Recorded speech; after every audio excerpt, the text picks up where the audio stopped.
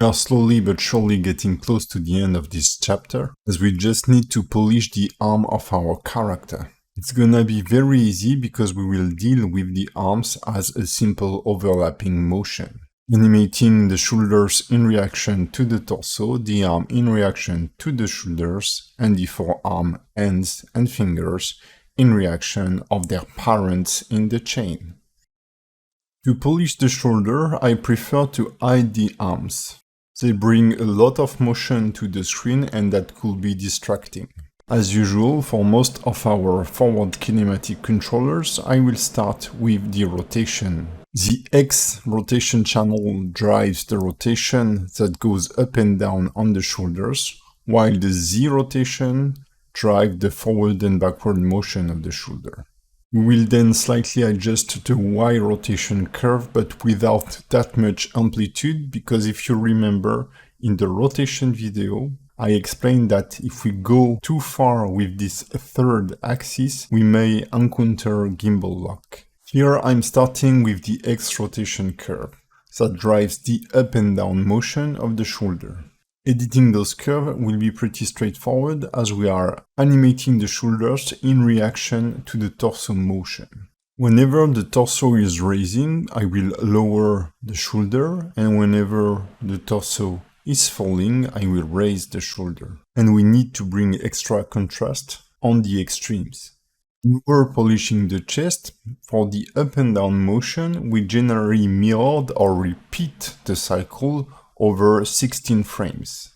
As the chest is aligned with the center of gravity, whether we were stepping with the left foot or right foot, we had the same up and down behavior. But in the case of the shoulder, there will be a difference whenever we are hitting with the right foot or the left foot, since the chest is leaning left or right in those cases. This is why I'm polishing the whole X curve, not only the frame from 0 to 16. The goal is to add a bit of overlapping motion to have a relaxed shoulder behavior. We'll add extra bounce using the Z location curve a little later on. The Z rotation curve of the shoulder that drives the forward to backward motion is way easier to understand. It looks like curves that we have already edited before, the fast transition motion, before we ease whether in the forward position or the backward position. So there is a slight plateau to hold the pose. Sinusoidal shaped curve will give you a very smooth motion, while a more stepped curve will give you a more contrasted motion. My preference goes generally toward a more contrasted motion, which is more interesting. A curve is just about the twisting of the shoulder, which on a human being is super subtle and is like a few degrees. In this regard, I'm mainly smoothing the curve so that this Y rotation curve doesn't show that much on the animation and we don't get any popping issues. While I would like to add extra motion to the shoulder using its Z location to bring a bit of up and down bounce, I've decided to mirror the motion onto the other shoulder right away. The idea is just to check if the current polishing of the shoulder is satisfying before I bring extra details. I've done this a lot of time. You can copy the curve from one shoulder, then go on to the other, press Ctrl-Shift-V to paste them with the mirror option, and then duplicate them on the whole length by 32 frames and offset them back by -16 frames. As explained before, I want to bring a bit of extra motion with the shoulder bounce. This might not be a good idea on a very slim character, but since our character is pretty muscular, it will bring extra weight to the shoulders, and they will look very relaxed. So I have isolated the Z location curve by hiding all the other ones. Try to focus on the chest motion. As the chest goes down, we will make the shoulder drag up.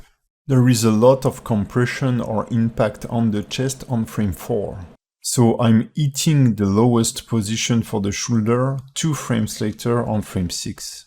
Then the character hit his highest point around frame 10, so again I'm pulling the shoulder up at its highest point around frame 12, 2 frames later. There is no impact on the up pose. This is why I have a hold on the pose or a slight plateau.